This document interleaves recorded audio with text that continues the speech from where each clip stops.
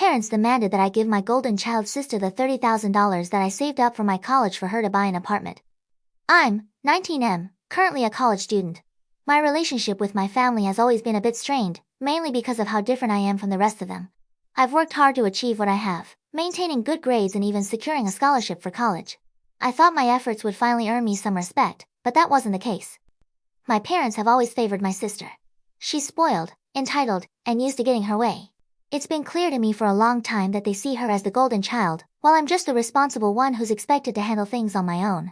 Every time she screws up, I'm the one who has to pick up the pieces or make sacrifices for her. Over the years, I managed to save up $30,000 for college. This wasn't easy. I earned most of it through part-time jobs and scholarships. This money means everything to me. It's my ticket to a future where I'm not dependent on anyone. But to my parents, it was apparently just another resource to exploit when my sister was short on cash. My sister, Sarah, is 24, but you wouldn't know it by the way she acts. She's been coddled her entire life, always getting whatever she wants without lifting a finger. Right now, she's unemployed and has been for a while. She claims she's figuring things out, but really, she just spends her time lounging around, doing nothing. Despite this, she's decided that she needs a new apartment, something fancy, in a nice part of town. Of course, she has no savings or income to afford it. One evening, my parents sat me down and told me that Sarah had found the perfect place but was short on money for the deposit. They demanded that I hand over my entire college savings, $30,000, to help her secure the apartment. I was floored. They didn't ask, they demanded.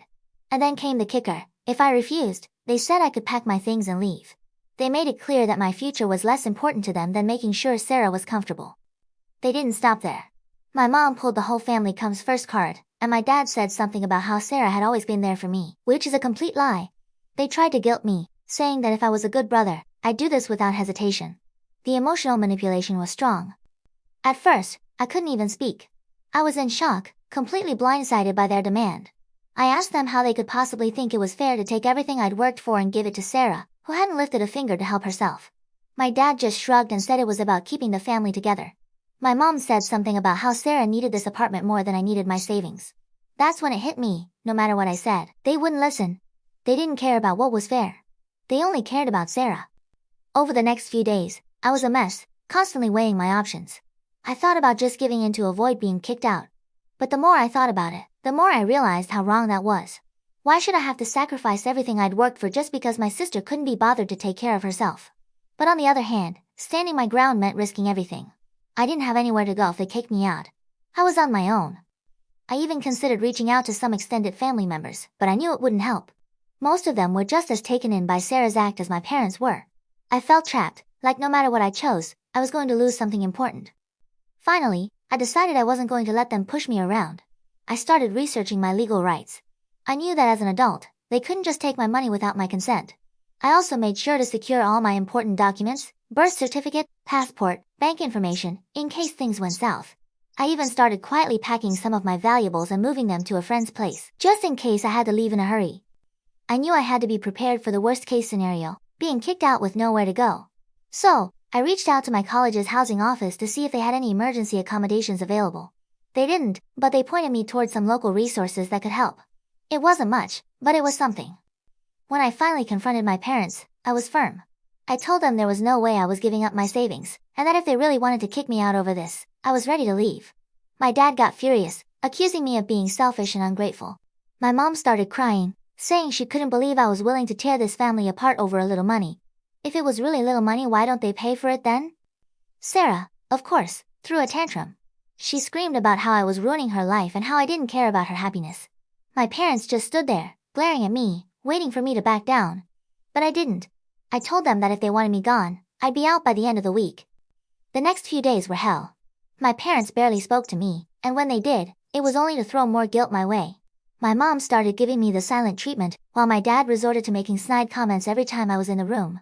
Sarah refused to even look at me, as if I'd personally betrayed her. They kept up with the threats and emotional blackmail, trying to wear me down. Despite the hostile environment, I kept preparing to leave. I secretly moved the rest of my valuables to my friend's place and made arrangements to stay with them temporarily if needed. I also reached out to some other friends, letting them know what was going on. They offered their support and even suggested I look into legal action if things got worse. The breaking point came one morning when I found out that my parents had tried to access my bank account. They thought they could just take the money and deal with the fallout later. but I was one step ahead of them. I'd already emptied the account and closed it. When they realized what I'd done, they were livid. My dad yelled at me, calling me ungrateful and saying that I was destroying the family. My mom just cried and kept asking how I could do this to them. But I didn't back down.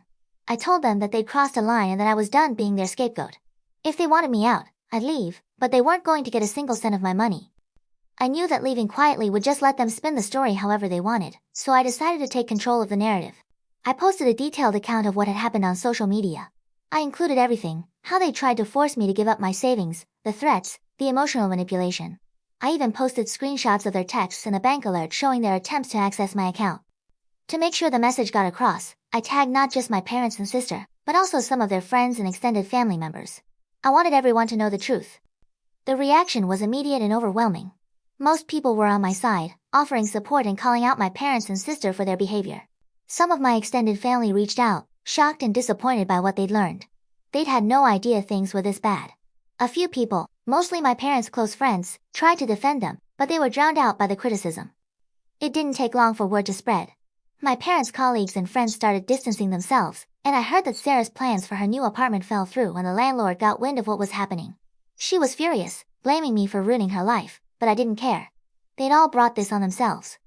The fallout was brutal for my parents. Their carefully curated image as the perfect family was shattered. My dad's work relationships became strained as his colleagues began to see him in a different light. My mom, who prided herself on her social standing, found herself being quietly excluded from her usual circles. And Sarah? She lost her chance at the apartment she wanted so badly, and no one was rushing to offer her another one. After the showdown, I moved in with a supportive friend. It wasn't ideal, but it was better than staying in that toxic environment. Adjusting to independence was tough, but it also felt freeing. I could finally focus on my studies and my future without constantly worrying about what my family would try to take from me next. My parents didn't take the fallout well. They flooded my phone with calls and messages, alternating between threats and desperate pleas for me to take down the post and come back home. They even tried to twist the narrative, claiming I'd overreacted and that they were just trying to help Sarah out of a tough situation. But by then, it was too late. Everyone knew the truth. I decided to maintain a strict no-contact stance. I blocked them on all platforms and made sure they couldn't reach me.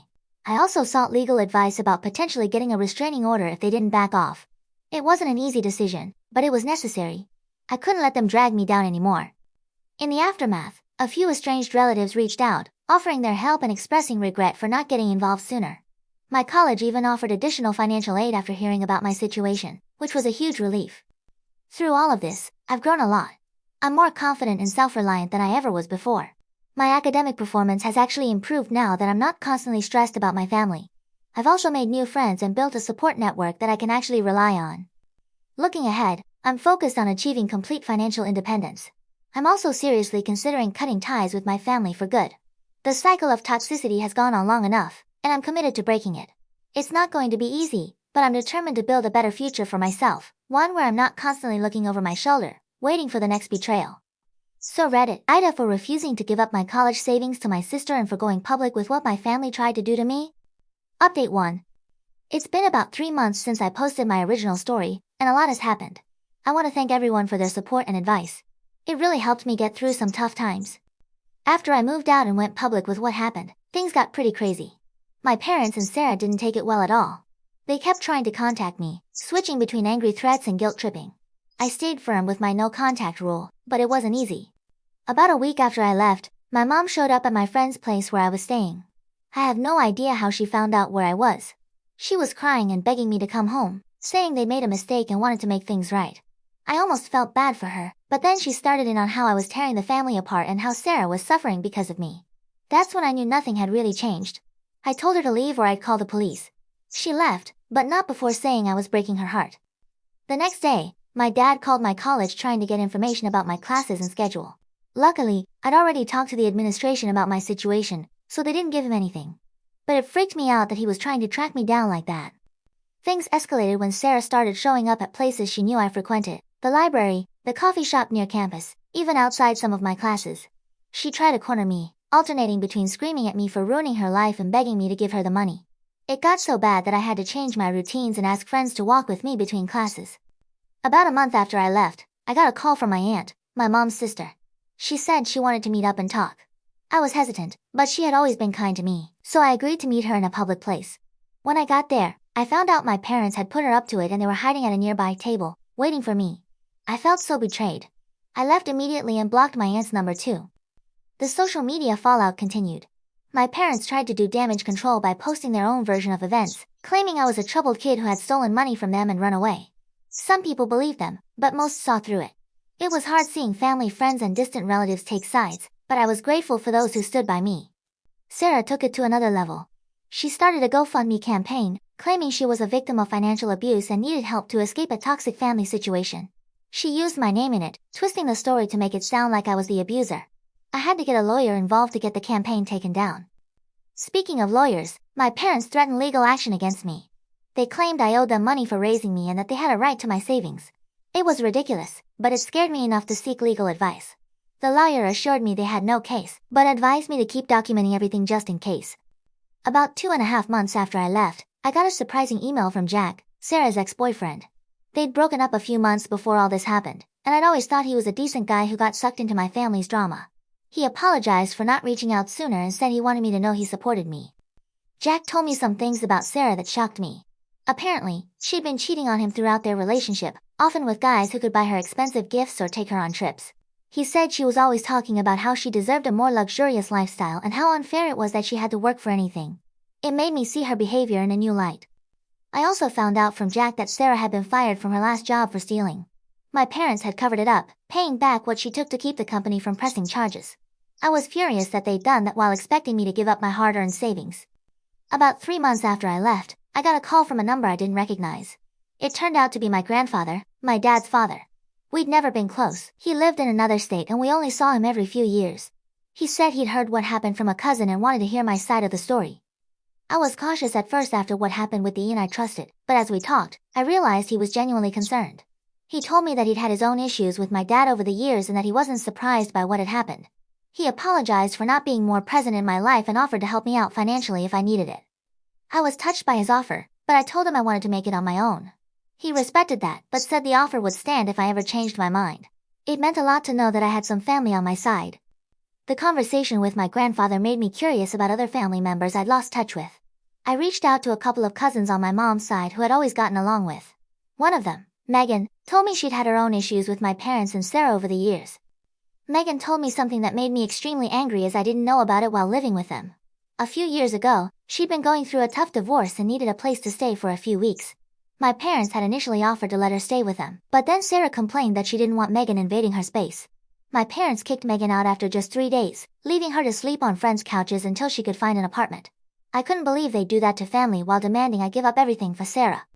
As all this was happening, I was still trying to figure out my living situation. My friends' parents were kind enough to let me stay with them, but I knew it couldn't be a long-term solution. I started looking for a cheap apartment near campus, but everything was out of my price range.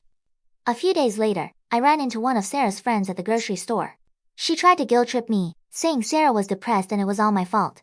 I asked her if Sarah had told her the whole story. She admitted she only knew Sarah's version. I gave her my side of things, and I could see the doubt creeping into her expression. She left looking confused, and I felt a small sense of satisfaction. The next day, I got a call from the bank. Someone had tried to access my new account using my social security number. The bank had flagged it as suspicious activity and blocked it. I knew immediately it had to be my parents. I filed a police report and started the process of putting a freeze on my credit. I was shaken by how far they were willing to go. I decided it was time to take more serious action. I went back to the lawyer I'd consulted earlier and started the process of getting a restraining order against my parents and Sarah. It was a drastic step, but I felt like I had no choice. The day before the hearing for the restraining order, I got a frantic call from my mom. She was crying, saying she'd heard about the hearing and begging me not to go through with it. She said it would destroy the family and ruin their lives. I told her they should have thought of that before they tried to steal from me and harass me and hung up. The hearing itself was intense. My parents and Sarah showed up with a lawyer of their own. They tried to paint me as an ungrateful, troubled kid who was lashing out at his loving family. But I had evidence, the texts, the emails, the social media posts, the bank records. The judge saw through their act and granted the restraining order. After the hearing, as I was leaving the courthouse, Sarah tried to approach me one last time. She looked terrible, like she hadn't been sleeping. She started to say something about how sorry she was, but then her face twisted and she spat out, "I hope you're happy now that you've ruined all our lives." A bailiff stepped in and led her away. It was the last time I saw her. I've also started looking for a part-time job to help cover my living expenses. It's tough balancing work and school, but it feels good to be fully independent. I'm determined to make it on my own. I'm not going to lie, it's been a tough few months. There are days when I miss having a family, even if it was a dysfunctional one. Holidays are especially hard. So, that's where things stand now. I'm still processing everything that's happened, but I'm moving forward. Final update. It's been about a year since my last update, and I can't believe how much has changed. I want to thank everyone for their continued support throughout this journey. Your encouragement has meant more than you know. After the restraining order hearing, things were quiet for a while. I thought maybe my family had finally gotten the message. But you know what they say about the calm before the storm. About 3 months ago, I got an unexpected call from my uncle, my dad's brother. We'd never been close, but he sounded genuinely concerned. He told me that things had spiraled out of control with my parents and Sarah. Apparently, Sarah had gotten involved with some shady people and owed them a lot of money. My parents, in their infinite wisdom, had taken out a second mortgage on the house to try to pay off her debts. But it wasn't enough. One night, these people Sarah owed money to showed up at my parents' house. Things got ugly. My uncle didn't have all the details, but he said the police were involved and my dad ended up in the hospital with a broken arm. Here's where it gets really messed up. My parents, despite everything, are still trying to protect Sarah. They told the police it was just a random break-in. But word got out in the family about what really happened. A few days after my uncle's call, I started getting messages from my parents again. I unblocked them as they are still my parents. Big mistake. They were begging me to come home, saying they needed my help. They even tried to guilt me by saying that if I'd just given them the money when they asked, none of this would have happened. Can you believe it? They're still trying to make this my fault somehow. I ignored their messages. I've also managed to save up enough to move out of my friend's house into a better apartment in a more secure building. It's a bit further from campus, but worth it for the peace of mind. But then Sarah showed up at my apartment, ignoring the restraining order. I have no idea how she found out where I live as I had moved there recently. She was a mess, crying, begging for money, saying she was in danger. I told her to leave or I'd call the cops. She screamed that I was killing her and that if anything happened to her, it would be my fault. It was awful. I called my lawyer right after that and we're in the process of extending the restraining order to include my current address. I've also had to inform my landlord and neighbors about the situation, just in case Sarah or my parents try anything. On top of all this drama, I found out through the other family members that my parents have been telling everyone that I'm the one who got Sarah into trouble. They're claiming I introduced her to these shady people and that I owe them money too. It's complete nonsense, but some relatives are believing it. I've had to block a bunch of people on social media because of the hateful messages I was getting. I've also made some great friends over the past year. They've become like a chosen family to me. We're even planning a celebration together. As for the latest updates with my parents and Sarah, I've heard through the grapevine that they're facing foreclosure on the house. Part of me feels bad for them, but a bigger part knows that they brought this on themselves. I can't help but think about how different things could have been if they just respected my boundaries and treated me fairly. So that's where things stand now. Thank you all again for your support throughout this journey. I couldn't have done it without you.